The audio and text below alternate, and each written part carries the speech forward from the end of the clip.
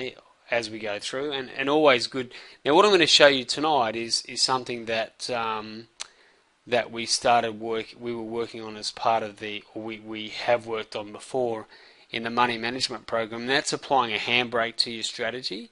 So it was actually Peter, who's in the room tonight. Hey, Peter, who came up with the R multiple as a potential handbrake as opposed to a delta decrease. So for those of you who aren't familiar with the terms I'm talking about at the moment, I'll go into a little bit more explanation as I go through the system and the results and what's happened. So what we want to do tonight, as I mentioned in the mail out, is give you an idea or a way of reducing the drawdown in your strategy, because you'll find that, and here's a perfect example, crude oil. I tested up the cycle trader on crude oil. It looked really good for the lunchtime period, so 12 to 1400. Now, the cycle trader buys support, sells resistance.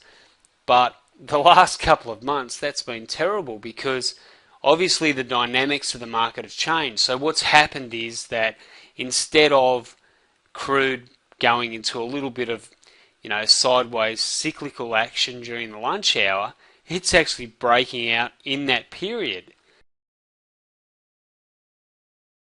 So we're getting these really big breakout trades, and what we're seeing is that the results for the cycle trader have dropped right off.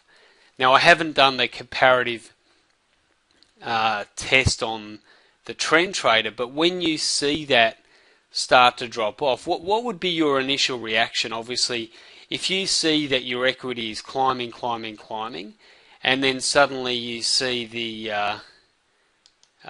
making new equity highs, and then suddenly you see that the performance on a strategy dramatically starts to come off, because it can happen, and it happens to a lot of people when they test up or start developing a strategy. They see that you see really good performance, and then it just it can quickly go the opposite way.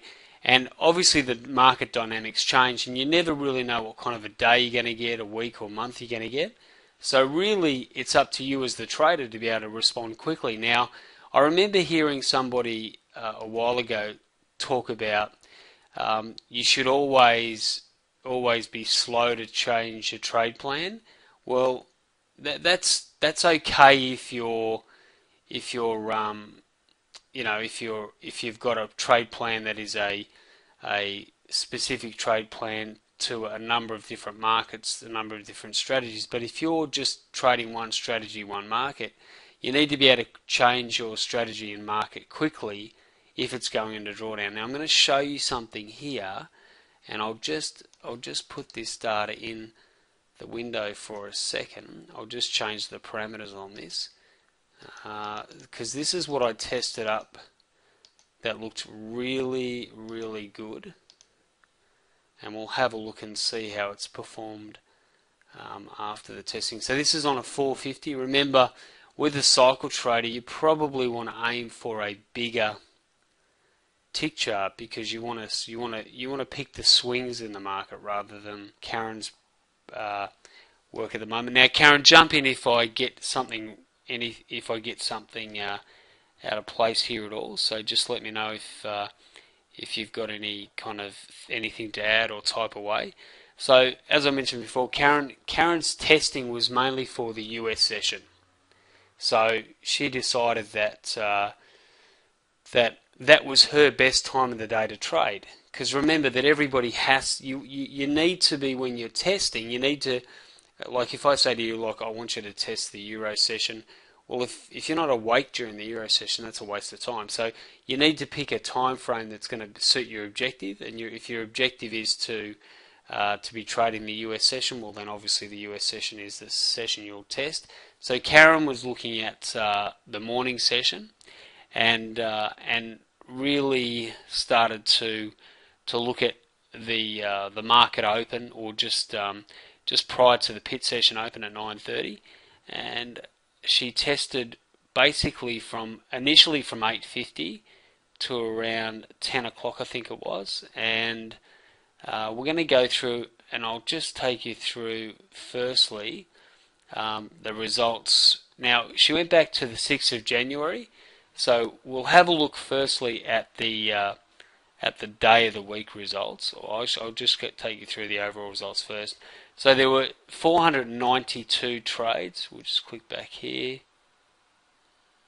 Yep, a total of 492 trades. The win rate was 40%.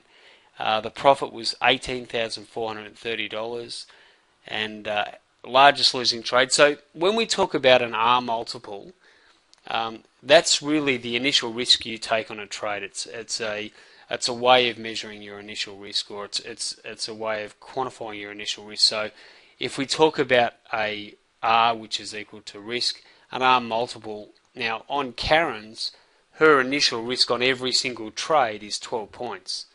That was her setting, 12 points. So her risk is never going to be any greater than 12 points. She may occasionally get slippage on that, and it might be, say, 13 or 14 points. You'll probably find that as you go more live in the market, you might be unlucky and get a 15-point loser. But her average or largest loser will be around about 12 points.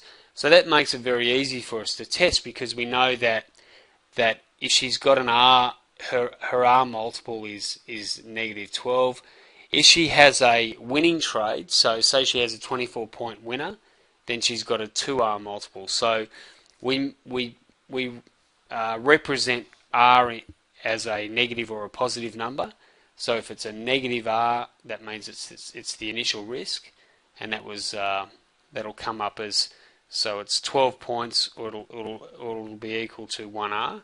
So a 12-point loser is equal to 1R. So a 24-point winner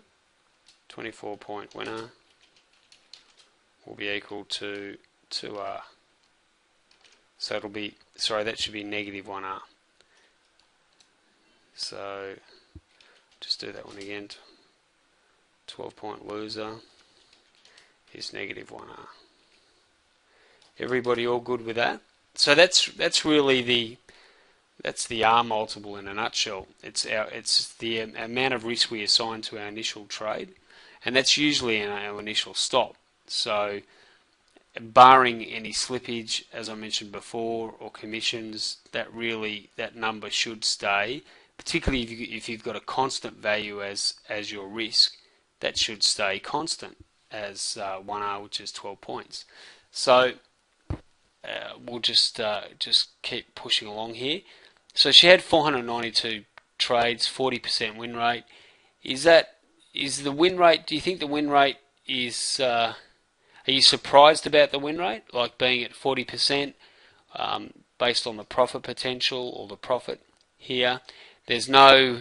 It's a trend trading system, so there's no fixed target. It's a trailing stop. So we would anticipate that on a trend trading system that we're going to have a smaller win rate, aren't we? And we've all started to be comfortable with that. We accept that you're not going to grab every trend, but when the trends do run, you'll be able to capture those bigger trades. That's it, Peter. So the interesting thing here initially is that Monday, Tuesday, Wednesday, Thursday, Karyn's broken her trades up into days of the week and assigned those a value or a points value for each day. And you can see that Monday and Tuesday were clearly the best days of the week. Now this is just for the US session.